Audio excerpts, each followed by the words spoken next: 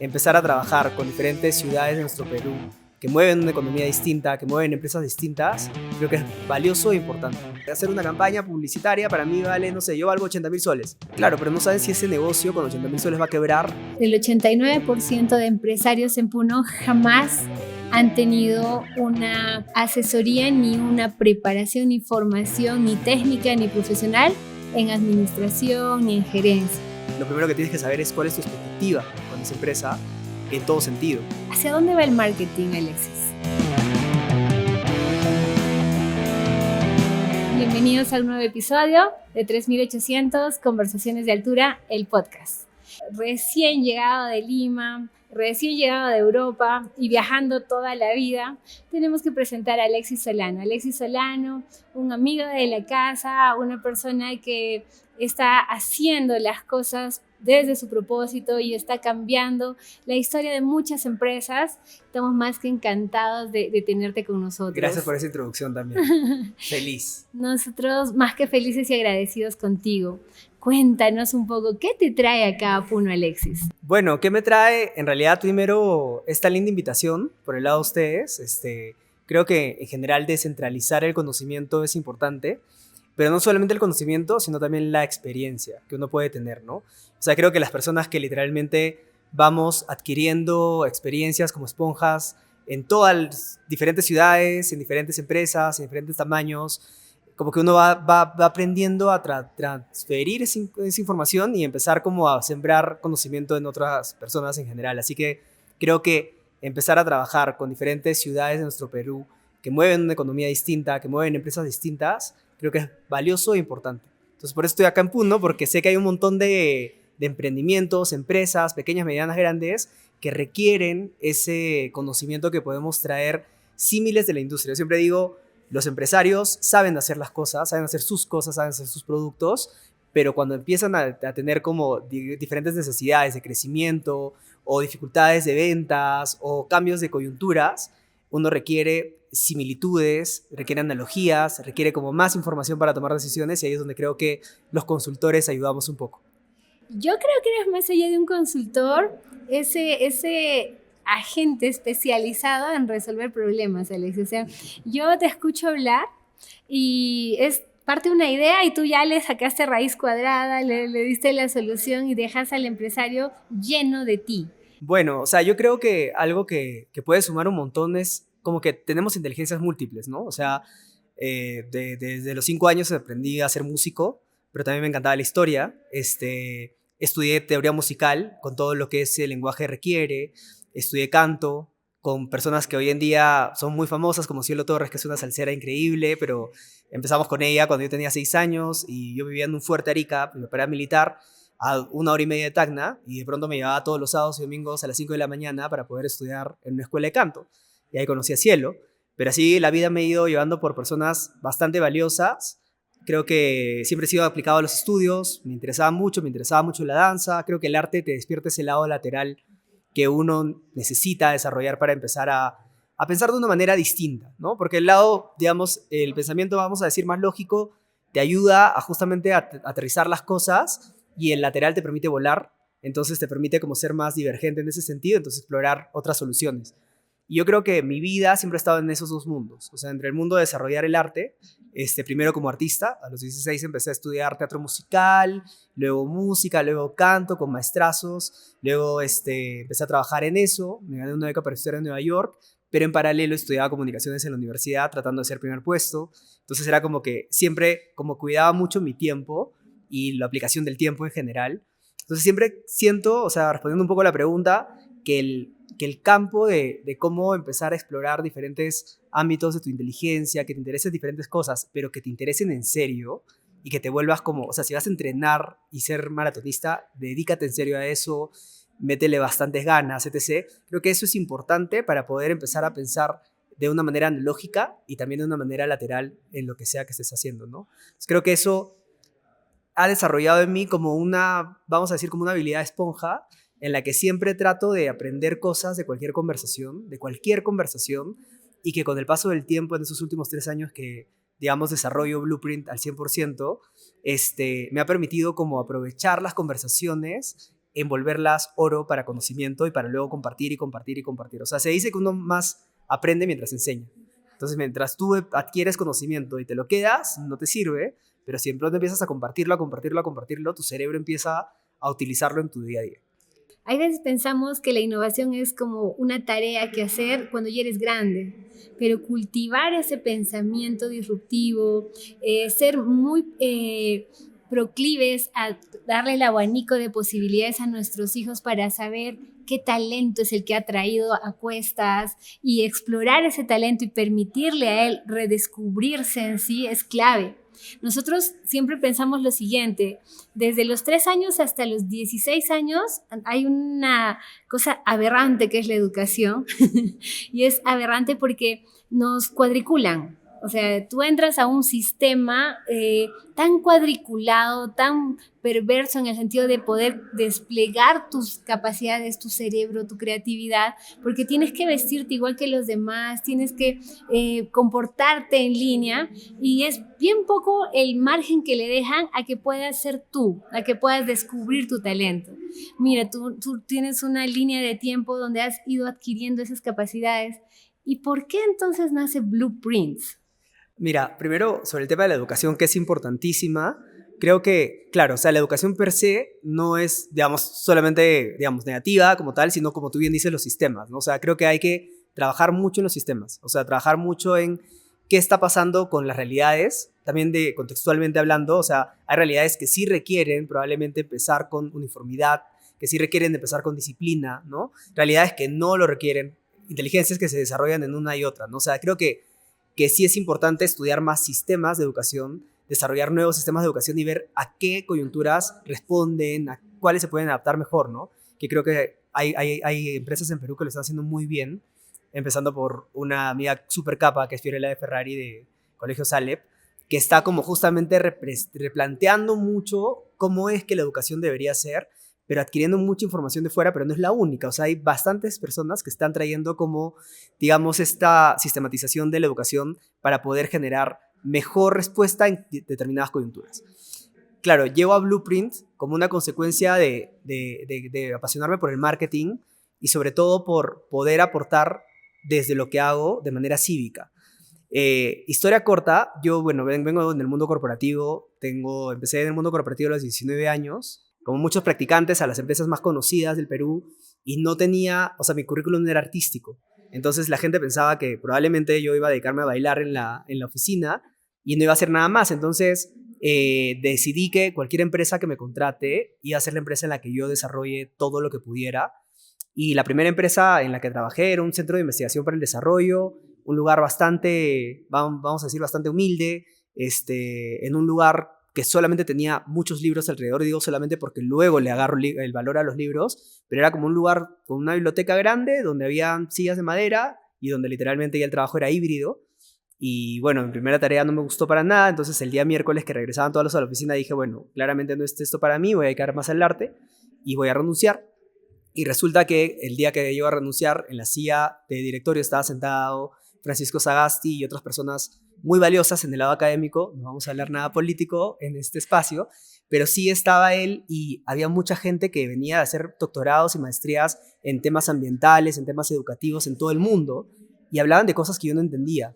Entonces, yo siempre he sido bien avidoso por aprender. Entonces, cuando alguien habla de algo que yo no entiendo, mi cerebro empieza a decir, ya, necesito saber de qué trata. Entonces empecé yo mucho a entender por qué no sabía lo que ellos conocían. Mi jefa en ese momento me dijo, tienes que leer muchos libros. Empecé a leer muchos libros. De hecho, la primera persona que tomé como un mentor fue Andrés Oppenheimer, que luego lo conocí después de muchos años. Y Andrés te da como este sentido bien interesante de cómo entrevista a personas y cómo aprende algo nuevo y cómo lo comparte. O sea, él es un canal, como una L de aprendizaje. Y para mí la forma de cómo él contaba las historias me pareció muy valiosa porque cada vez que leía un libro suyo sentía que me hacía más inteligente. Y después de Andrés empecé a interesarme por la empresa privada y empecé a trabajar en diferentes categorías, utilizando mucho trabajo. Hay 50.000 anécdotas, pero claro, he trabajado en B2B, he trabajado en empresas de consumo masivo, en bancos, he trabajado en retail, he trabajado en industrias de tecnología, de viajes. Y en un momento de mi vida, cuando tenía 26, 27 años y tenía mi primera gerencia, como que sí me replanteé qué cosa quiero yo de cara al futuro y cómo estoy aportando yo en la sociedad desde mi metro cuadrado, ¿no? O sea, porque yo decía, oye, he desarrollado una habilidad para poder resolver problemas, como decías, pero claro, los problemas que resuelvo son de una empresa que tiene una dinámica que en la que si mañana prescinden de mí, igual van a resolver sus problemas. Pero si de pronto mañana trabajo en UNICEF o trabajo en la ONU y de pronto me dan un área para resolver un problema complejo, probablemente ahí aporte más valor lo que yo hago.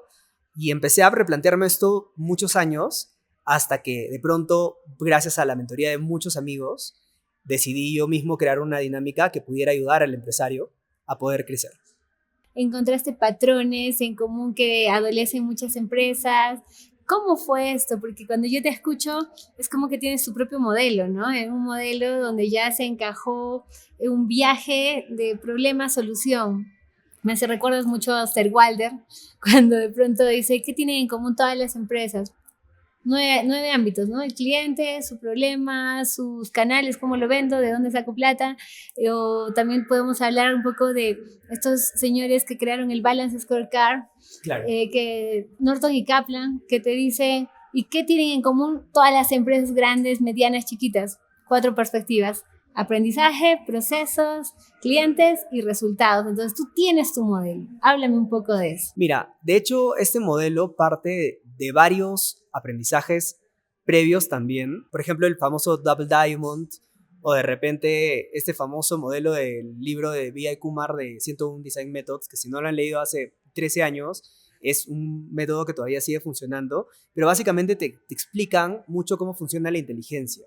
O sea, cómo funciona tu proceso de juicio crítico cuando tú recibes un input y generas un output, ¿no? O sea, literalmente qué pasa por tu proceso interno, o sea, qué pasa por tu fábrica. Si tu fábrica es como que cuando alguien te dice bonito, automáticamente reacciona con algo muy emocional, llega al corazón y dice ay, o de pronto cuando alguien te dice feo, te reacciona de una manera mucho más visceral, mucho más molesta, no pasa por el tema espiritual, no pasa por el tema de empatía, o sea, ¿por qué filtros pasa tu información para poder generar un output? Lo mismo pasa mucho con los problemas de negocios, ¿no? O sea, yo siento de que la metodología que diseñamos tiene 4 pasos justamente para que antes de que yo te diga si tu negocio necesita un rebranding, si tu negocio necesita invertir en digital, si tu negocio está bien o está mal, si tus números están buenos o están malos, tiene que haber un proceso. Y ese proceso tiene que ser como, digamos, tiene que ser fácil de entender y con el nivel de profundidad que se requiera, dependiendo mucho de hacia qué punto quieres tú hacer diving, ¿no? Entonces, para mí hay 4 pasos esenciales. El primero, que siempre va a ser el kickoff, encontrar como esa dinámica de preguntas correctas, porque recuerda que siempre digo, ¿no? O sea, lo más importante de un problema es hacer las preguntas correctas, ¿no? Porque si literalmente tu problema lo resuelves desde lo que conoces y no preguntas, ya fuiste. Entonces sí, hay una etapa de kickoff en la que hay bastante maestría en poder preguntar. O sea, la gente que sabe preguntar puede sacar información, como los psicoanalistas, pueden sacar información que tú no quieres contar, los famosos insights. Entonces, sí siento de que esa primera etapa es importante para hacer bonding, para entender bien de la dinámica, para saber cuáles son las intenciones del empresario detrás del objetivo de la empresa. Entonces esa primera etapa fue una de las que sí o sí instauré. La segunda etapa es aprender del entorno, porque no todo lo que tú creas es innovación. O sea, hay muchas cosas que están creadas, muchas empresas, por ejemplo, ahorita nos hablaba una amiga de una hamburguesa de trucha, ¿no? Pero seguramente en el mundo podemos utilizar el salmón como símil para ver qué tipo de negocios se han creado con salmón en todo el mundo, campañas, etc. Entonces, sí podemos encontrar, haciendo un benchmark, aprendizajes de industrias locales y extranjeras para poder saber cómo les fue.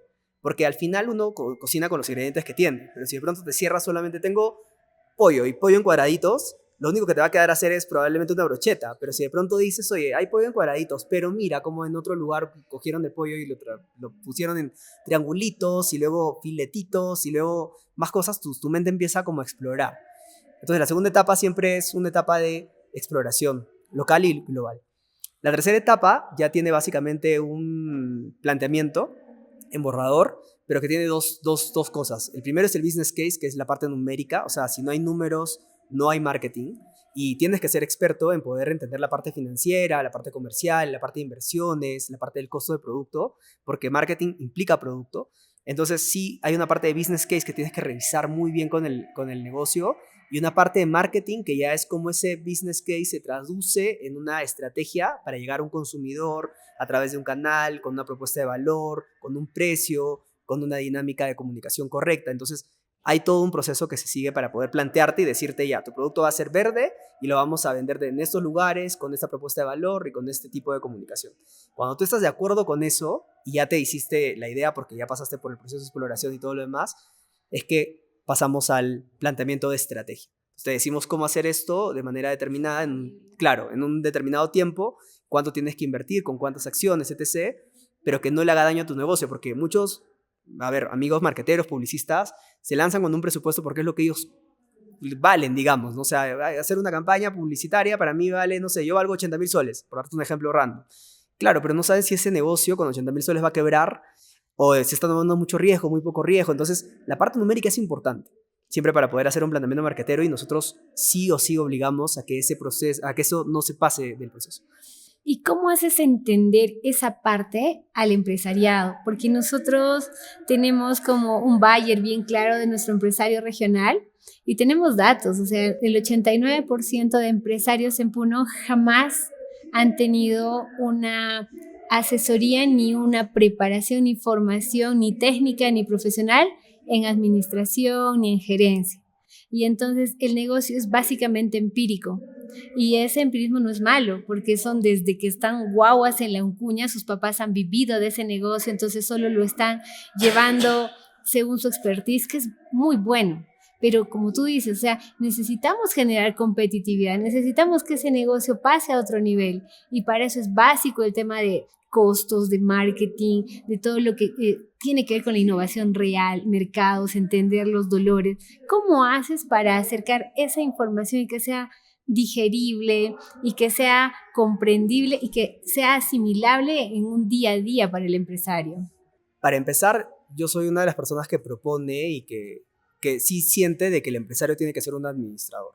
No puede ser un administrador empírico, porque lo primero que se necesita es como que si mañana yo voy a aprender a conducir, necesito ir a una academia si no soy, digamos, si no tengo la expertise de tener habilidades, voy a una academia y luego pedir un permiso, ¿no? Yo creo que hacer una empresa debería tener esa misma dinámica, no por ser restrictivo, sino porque te ayuda más a ti a ser consciente de lo que estás haciendo con tu dinero, porque al final, si un empresario quiebra, hay toda una ola detrás de gente que no le pagas, tu hijo que ya no estudia en el colegio, o sea, hay muchas cosas que digamos que de alguna manera se anudan a lo que es literalmente formar una empresa. Entonces, la manera más responsable es saber que una persona que hace una empresa tiene que ser un buen administrador. Tiene que conocer literalmente de cómo hacer el marketing, de cómo funciona un producto, de cómo funcionan los costos, de qué es un margen. O sea, como entender las partes básicas y empezar con eso para poder empezar desde el número uno, que es empezar a jugar con sus números y hacia dónde va a orientar sus ventas.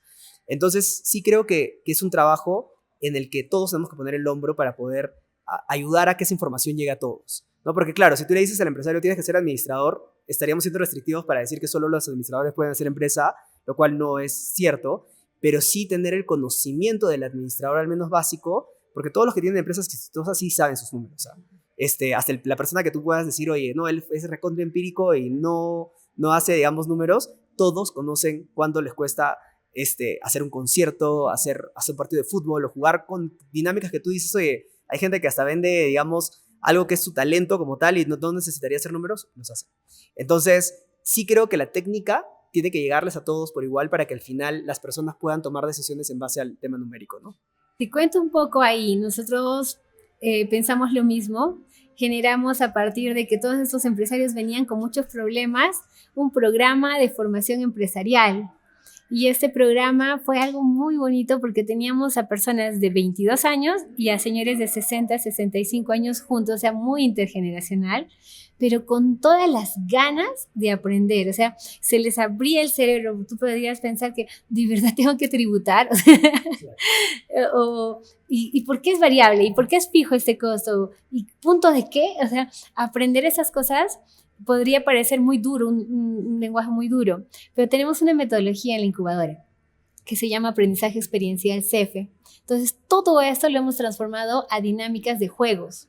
Y CEFE tiene el círculo de Kolb, que es el ciclo de aprendizaje experiencial, donde primero vivencian la dinámica, ellos construyen sus soluciones, sale a otra etapa donde ellos empiezan a decir por qué perdieron, por qué ganaron, por qué comerciaron mal, por qué comerciaron bien, y ya viene el facilitador recién como mentor a profundizar esos conocimientos, a conceptualizarlos y poder entregarles de nuevo la pelota y decir, ¿cómo lo utilizarías mañana en tu negocio? Totalmente. Y es fantástico porque recién desde su saber previo, desde su know-how previo, ellos ya hacen magia, o sea, solo necesitan las herramientas para que pueda funcionar.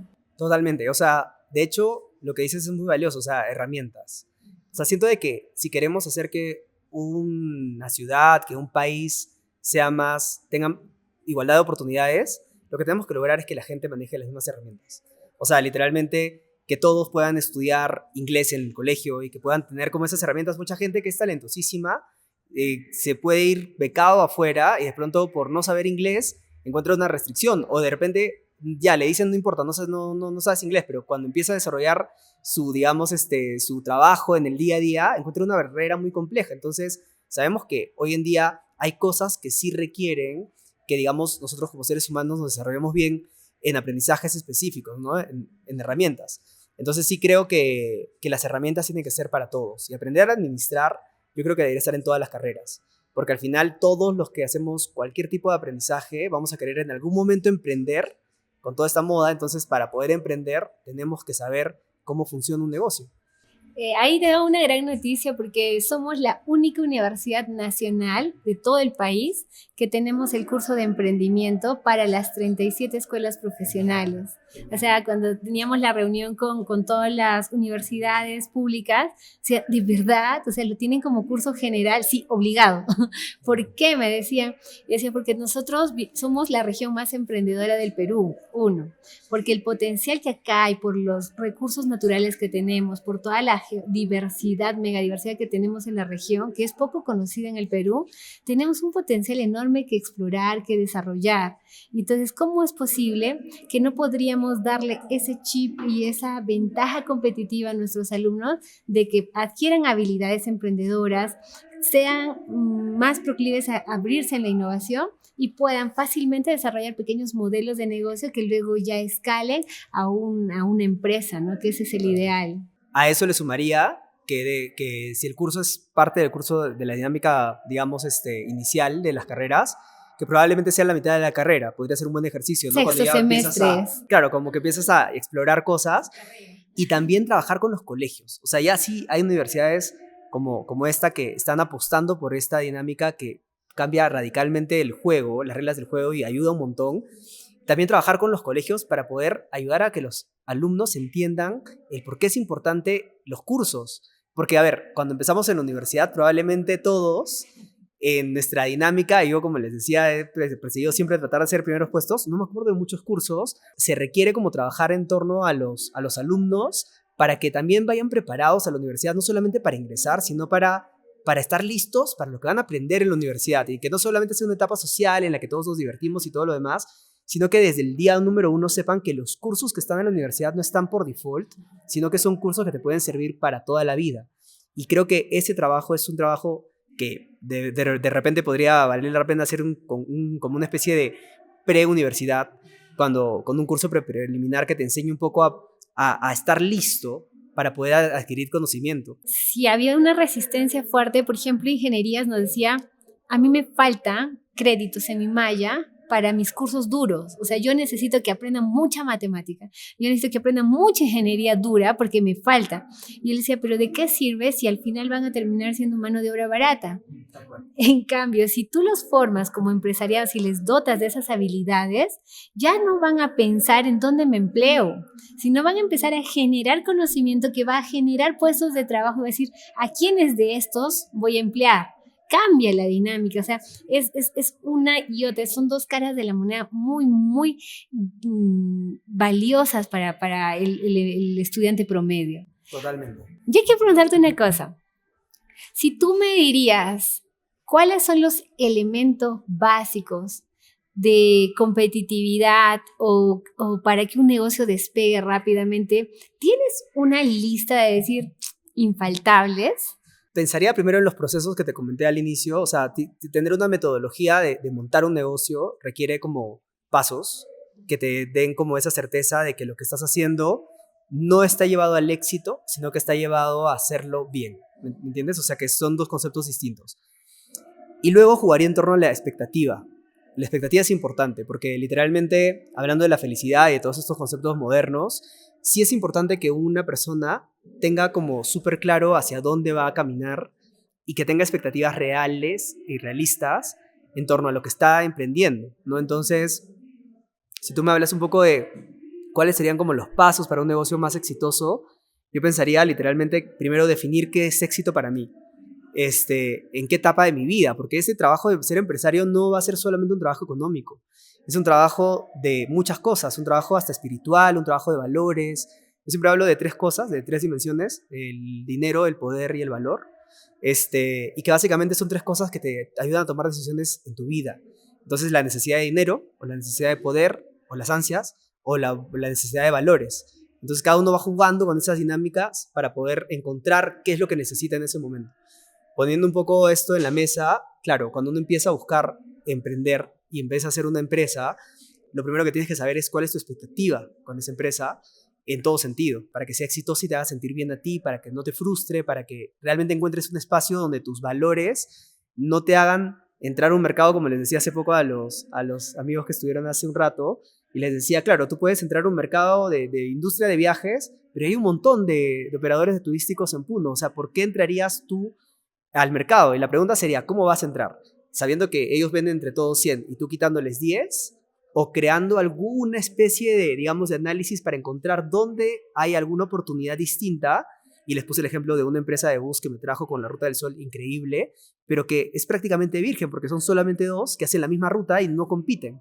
Entonces, tú dices, claro, ¿hacia dónde quiero medir el éxito? ¿Hacia tener una empresa que quite el mercado a otros y que yo les venda más barato para que les quite el mercado y que no me haga sostenible, que valore el mercado? ¿O quiero crear una empresa competitiva pero desde otro frente, ¿no? Entonces eso requiere que tú estés preparado en temas de valores, en temas de búsqueda de dinero, en temas digamos, el equilibrio del poder. Entonces, sí, para mí, respondiendo a esa pregunta, sí es como importante que el empresario, antes de lanzarse a hacer un negocio, mida bien las expectativas, tenga un sistema claro para poder desarrollar su iniciativa y que tenga bien equilibrado ese juego de qué estoy buscando entre dinero, entre poder y entre valores. Es bien interesante lo que hablas porque me lleva mucho a pensar en el Ikigai. Nosotros siempre cuando viene dice, Grace, yo no sé a qué dedicarme porque me va bien casi con todo, pero no es algo que me apasiona. Entonces, hablando un poco de la pasión, es tu suma de talentos, de todos esos que te encanta hacer y de verdad lo harías sin que te paguen un centavo todos los días de tu vida. Y casi por defecto, eso va a ser muy valioso para el mundo. Y entonces la parte económica es como ya el resultado de hacer lo que te apasiona, hacerlo muy bien y hacerlo desde tus valores, ¿no? O sea, desde eso que te mueve para no consumir el oxígeno del planeta y más bien ser alguien que aporta al planeta.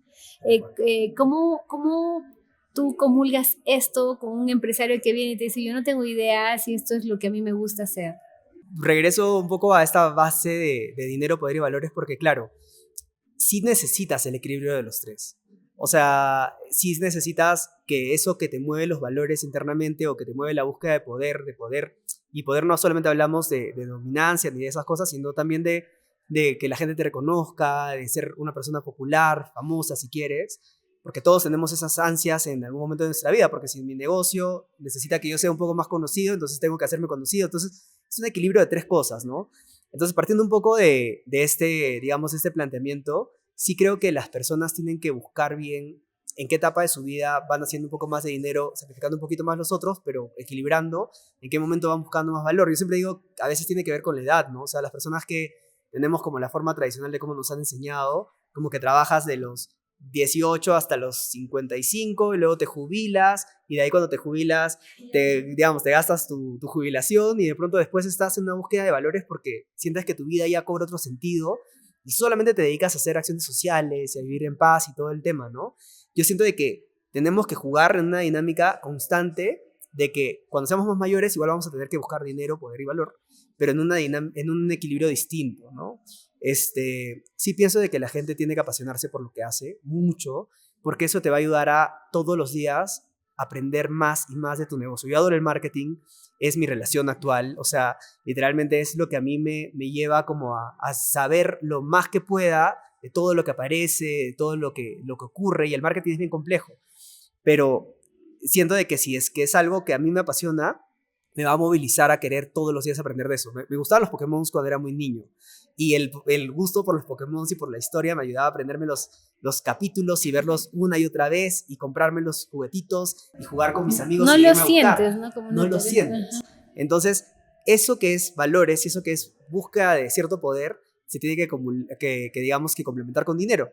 ¿Qué puedo hacer yo con Pokémon si me vuelvo loco por Pokémon? ¿Qué podría hacer con eso para que literalmente vivir de eso, ¿no? Entonces sí es un equilibrio de tres cosas importante, que no solamente tiene que ver con propósito, sino también tiene que ver con cómo ese propósito tiene un sistema económico y administrativo, conocimientos, herramientas de las que hablábamos al inicio, y cómo eso necesita una visibilidad o no visibilidad, ¿no? Necesita poder o no poder, porque al final el poder también se aplica en el famoso networking del que se habla hoy en día, ¿no? O sea, ¿quién me va a comprar?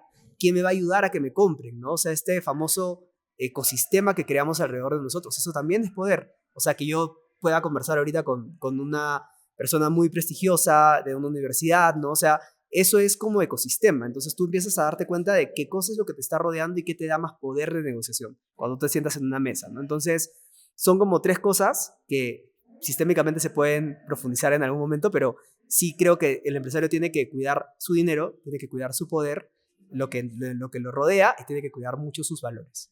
En la región Puno hay algo que se llama el Sumas Causa, que es andino, ¿no? No solo es de la región, lo comparte Bolivia, lo comparte la zona quechua aymara. ¿Y qué es el Sumas Causa? Es el buen vivir. Y es bonita la filosofía porque te rompe el paradigma del desarrollo. O sea, el desarrollo es un término bien gringo, donde mides a una comunidad, a una población por su idea, por su PBI, por su esperanza de vida al nacer, por su nivel de escolaridad. O sea, tres variables que hacen que nos pongan en categorías, ¿no? Y en esas categorías nos dicen, estás subdesarrollado, estás desarrollado.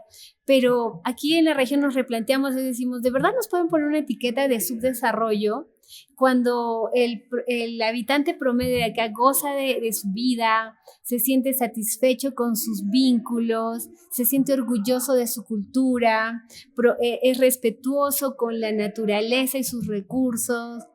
Entonces te lleva a redefinir tu misión de felicidad, tu concepto de felicidad, pero sobre todo lo que dices, ¿no? O sea, y no solo por el tema de rentabilidad, sino que tiene un propósito más grande. Qué importante lo que dices, y en verdad no es tan, digamos, no es tan ajeno a lo que está pasando ahora en el mundo con la medición de la felicidad. O sea, sí existe ya un índice que la ONU mide de felicidad, que está en proceso de perfección, pero que sí es un indicador que se está convirtiendo en tan importante como el PBI. De hecho, Andrés Oppenheimer, en su último libro, literalmente te explica un poco de qué gobiernos han implementado el índice de felicidad. Claro, porque al final, desde Reino Unido, que tiene un ministro de la felicidad, y otros países que ya están desarrollando personas o, digamos, líderes que miden felicidad digamos, en las diferentes ciudades o países, porque como tú bien decías, o sea, el dinero no es todo. Entonces, yo puedo tener un gran PBI, pero si no hay salud mental, si la gente no se siente conforme con lo que hacen el día a día, si de pronto llegas y haces burnout en el trabajo y de pronto ya llegas y te consumes completamente, claro, no estás aprovechando mucho tu entorno y el ecosistema y la buena forma de vivir. Alineadísimo con eso, y alineadísimo también con el tema de que no todos los contextos requieren las mismas soluciones, que es lo que decíamos al inicio, ¿no? Tuve una reflexión bien prematura hace como 7 años, cuando estaba en Piura. A mí me encanta viajar mucho, pero por lugares donde no conozco nada, y siempre he viajado solo, y de hecho estaba viajando por Piura hacia Canchaque, que era como el lugar que no estaba en la ruta de turismo, y yo quería conocerlo porque la gente del lugar hablaba bonito, pero claro, no estaba dentro de las rutas que te decían Betamáncora y no sé qué. Entonces de pronto me voy a Canchaque, tomo un bus, y en el camino veo mi reflexión empresarial en ese momento más joven, sentía de que, claro, la gente dice que deberían haber más edificios y que deberían haber más educación y que debería haber más economía. ¿Y cómo traduces eso en más empresas y más colegios y más universidades? Y de pronto empiezas a darte cuenta que cuando vas a ese Canchaque hay muchos espacios, tal cual en Puno, donde hay gente de buen vivir y de pronto ves cómo está trabajando un banquero, cómo está trabajando un empresario, qué tipo de equilibrio tienen, probablemente ahora mejor, pero han tenido etapas en las que no necesariamente era el mejor equilibrio del mundo. Sin embargo, veía a un papá jugando con su hijo a las 3 de la tarde, después de hacer tareas, jugando en el campo y subiéndolo a una especie de, ¿cómo se llama?, de columpio, pasando tiempo con él, después de haber trabajado todo el día. Entonces tú dices, ¿qué estamos buscando cuando hablamos de economía? ¿Qué estamos buscando cuando hablamos de desarrollo, de progreso? Estamos buscando romper esto para hacer más edificios y para que el señor trabaje ahí todo el día y su hijo esté en una guardería, o de repente no. O sea, yo no cuestiono nada del proceso de cada coyuntura. De hecho, respeto mucho lo que hacen en Estados Unidos, respeto mucho lo que hacen en Reino Unido, respeto mucho que cada uno está avanzando en lo que, ¿me entiendes?, en lo que le funciona y lo que no le funciona. Entonces, para mí que cada uno empiece como a replantearse cómo mide el éxito y que de pronto ahora agreguen índices de felicidad, me parece valioso. Pero si hay lugares que ya implementan eso desde el inicio, sin preocuparse por la parte económica inicialmente, también si les va muy bien, todo bien por ese lado, ¿no? Entonces, sí creo que tenemos que como que tener súper mente abierta para poder conocer de diferentes contextos y ver cómo esos se aplican a la realidad de diferentes lugares, ¿no? Si acá la gente tiene buen vivir y se siente encantadísimo, ¿no? O sea, en Chiclayo la gente te trata muy bien y tú dices, claro, comen bien, el sol sale todos los días muy temprano, entonces tiene que haber alguna relación científica, ¿no? De que el sol está súper temprano contigo y de cómo el sentir que el sol te acompaña también te debe influir algo en tu mood del día. El sentir que nada te estresa, el sentir que tu trabajo, el del día es el trabajo hecho, también es importante. Entonces, ¿cómo nos estamos generando más tareas de las que debemos y sobrecargándonos diciendo, pucha, no logré al final del día, no soy suficiente, etc., cuando en verdad podemos ir pausadamente? Entonces, sí siento de que vale la pena abrir mucho la mente, vale la pena empezar a entender por qué los países más desarrollados del mundo están buscando otros conceptos y cómo nosotros, que ya tenemos desarrollados esos conceptos de buen vivir, podríamos aprender del lado económico de ellos. Entonces, para mí no existe tanto ese índice, o sea, sí existe, pero como que no creo mucho en cómo se mide el desarrollo y el subdesarrollo, porque si ellos mismos están replanteando que el PBI es un indicador más dentro del estudio de la felicidad también, entonces es porque estamos todo el tiempo evolucionando. Y viendo qué nos hace significado, ¿no? Porque al final no puede ser una imposición, o sea, nadie te puede medir si tú tienes desarrollo o no, es algo bien, bien intrínseco. Dentro de todo lo que tú has visto últimamente, hace un momento me decías, mi relación hoy día es con el marketing. ¿Hacia dónde va el marketing, Alexis? ¿Hacia de dónde? Porque hay tanto interés hoy en día en la digitalización. Yo vengo enseñando en universidades casi 20 años. Y la pregunta es, antes es el marketing tradicional, tus 4Ps, tus 7Ps, y de pronto se rompe, el marketing digital entra con todo, sé que no tiene para atrás, ya no hay vuelta para atrás, pero dime, ¿qué se viene? ¿Cómo es la tendencia? ¿Qué tendría que tener un negocio hoy en día para estar en la ola y surfearla bien? Mira, yo creo que, y esto es algo muy, muy personal, pero también que me ha tomado mucho aprendizaje de amigos y de gente muy experta. Yo pienso que el marketing tiene que ver mucho con economía social. O sea, de hecho, cuando nace el marketing, empezó con el famoso trueque. Muchos historiadores van por ahí, pero hay otros historiadores que van mucho con que el marketing, como conocemos el marketing hasta hace unos 5 años, porque ahora es mucho más digital, empezó en Procter Gamble con el tema de literalmente de tener a un brand manager que articule todas las necesidades de ventas. Porque había un vendedor que en la zona norte pedía un producto con otras características y en la zona sur otro producto y tenía que hacer publicidad de un tipo y otra publicidad de otro tipo. Entonces crearon como una dinámica en el consumo masivo de poder crear a un articulador que organice todo el presupuesto publicitario, que organice los desarrollos de producción, que organice la marca, que le dé valor. Entonces empezaron a darle un montón de tareas, pero que esta persona empezó a darse cuenta que, claro, si las marcas no existieran, solamente existiría el trueque. Pero cuando las marcas existen, existe la famosa economía social, que es literalmente cómo mi economía impacta en tu economía. Cómo yo vendiendo desayunos, literalmente puedo estar aportando en tu necesidad de ir más temprano al trabajo y despertarte un poco más tarde, ¿me entiendes? Entonces ahí empieza a existir como que una economía en donde yo me preocupo por ti, tú te preocupas por mí, y yo creo un producto para eso y tú me pagas por eso y eso me genera mi economía y a ti también. Entonces, el concepto de economía social para mí es como la base del marketing y que básicamente ha hecho que el marketing exista como concepto a lo largo de la vida. Por eso que compramos cosas, determinados productos, por eso tú te has comprado una blusa que te gusta a ti, que te llena a ti, que te hace sentir bien a ti. Entonces sí tiene que ver con economía y sociedad. Ya dentro del marketing existen como, digamos, vamos a decir como, ramas técnicas, ¿no? Como la publicidad, por ejemplo, o como la digitalización, o como el marketing digital, que yo siento que debería llamarse performance digital como tal. Pero claro, se han abierto como ya especializaciones, ¿no? Porque el tema de economía social en el futuro probablemente sea un curso que deberíamos llevar todos cuando hablemos de empresas, pero ya la especialización de poder saber de audiovisuales es todo un mundo donde te tienes que meter de cabeza. De poder saber de publicidad y de creatividad es todo un mundo donde te tienes que meter de cabeza. Entonces, ya las especializaciones se vuelven un poco más técnicas y en esa especialización técnica existe el mundo digital, que no es el único que existe. Porque, a ver, existen ya empresas en el mundo que pueden tomar el algoritmo famoso y pueden empezar a diseñar campañas con un ID digital y poderte hacer campañas de remarketing, pero que se hacen de manera independiente a un experto audiovisual, a un experto publicitario creativo, a un experto en temas de plataformas. ¿Me entiendes? Entonces ya se está metiendo especialmente en la inteligencia artificial para campañas de compra programática, por ejemplo, y que están funcionando en el mundo y que tienen un montón de inversión. Entonces, respondiendo a la pregunta, yo hacia dónde creo que vaya el marketing, primero a un enfoque un poco más importante para la sociedad, porque está metido en la economía social y porque mueve justamente que el mercado, todo esto que se genera con la economía, tenga hacia dónde gastar y capacidad de gasto.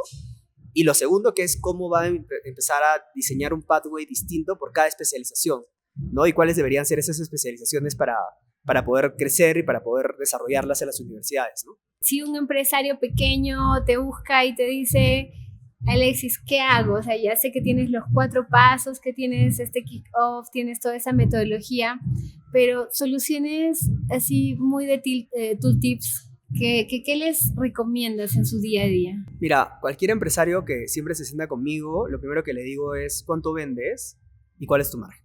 La primera pregunta que le hago. Entonces, si no sabe la facturación, que he tenido casos, ya sabemos de plano que no está manejando bien su economía, ¿ya?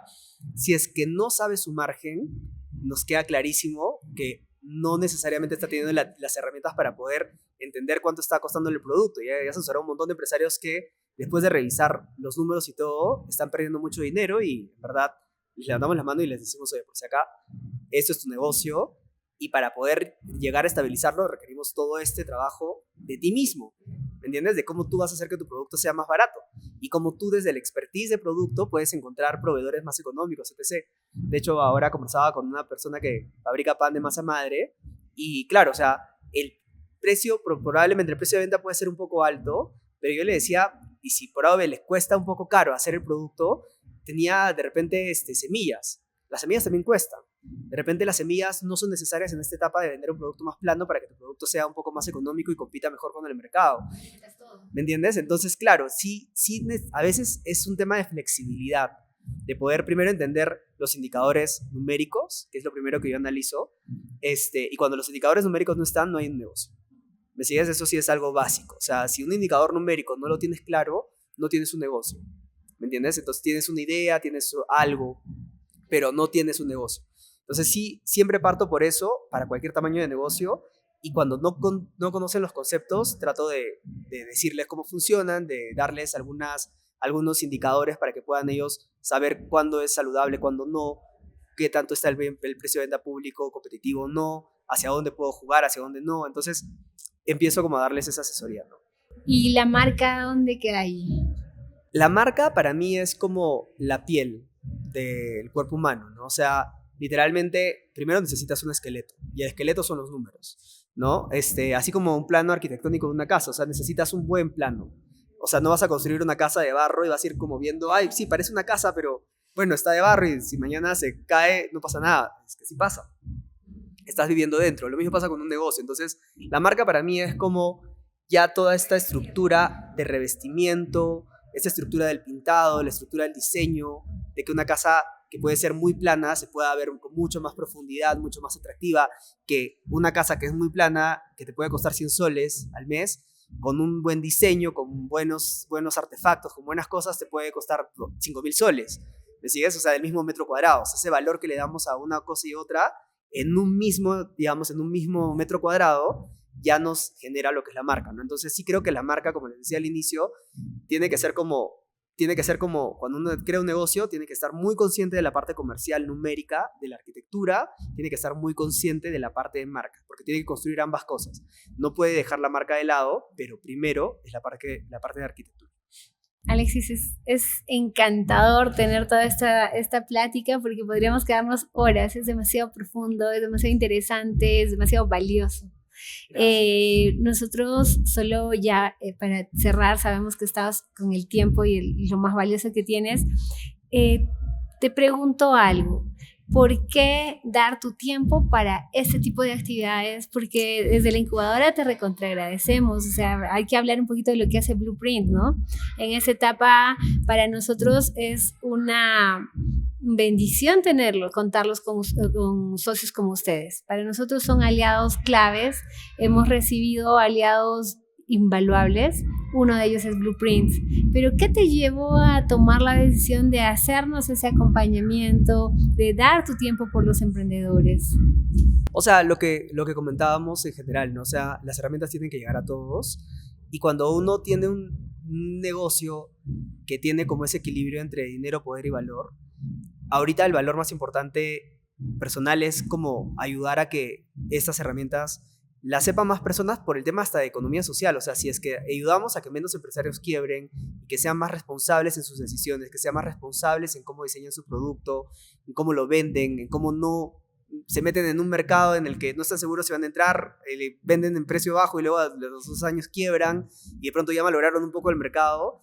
Tú dices, claro, necesitamos más personas conscientes de que el marketing es economía social, más personas con herramientas y que literalmente las intenciones las lleven por un buen camino de valores, ¿no? Entonces, puede sonar muy romántico, pero lo más importante para mí ahorita es como ir generando conocimiento compartido, pero que llegue a todos los lugares de nuestro Perú, porque yo adoro el Perú, yo soy huancaíno, y de hecho yo adoro Huancayo, pero me enamoro de cada ciudad a la que voy. Me encanta Ayacucho, me vuelve loco Cusco, me vuelve loco Puno ahora más. De hecho, tengo una historia de Puno previa. Pero claro, me voy enamorando más en la medida que voy conociendo más. Y como te decía, lo más importante para mí ahorita es, en esa etapa de mi vida, probablemente hasta los 40, sea como compartir el conocimiento que me toca adquirir gratuitamente. O sea, yo he viajado por muchas ciudades en el mundo, entrevistando a mucha gente que me da su información y que espera que yo utilice esa información, espero yo, en bien de la gente. Entonces, sí he tenido muchas conversaciones y mucha gente que me ha abierto la puerta de su negocio, la puerta de sus números, etc., para poder yo luego con esto traducir en algo que le pueda servir a otro emprendedor, ¿no? Agradecemos eso infinitamente, o sea, agradecemos esa voluntad, esa vocación. Incuna Lab siempre te va a abrir las puertas. Has visto Gracias. Los emprendedores que tenemos, están muy, muy ansiosos de más y sabemos que es un muy buen inicio presencial, pero vienes trabajando ya mucho tiempo con nuestros emprendedores, así es que va a haber espacios para que podamos presentar los resultados de Blueprint, presentar la bendición de esas alianzas que siempre le llamamos los círculos virtuosos. Así es que gracias, Alexis, muchas gracias. Encantado, por todo y gracias a ustedes por el espacio siempre. Gracias por escucharnos, gracias por hacernos ese tiempito de espacio para poder alcanzar información valiosa, alcanzar ese tipo de experiencias. Nos vemos en nuestro siguiente podcast el próximo jueves. Un abrazo a todos, muchas gracias. Gracias, nos vemos.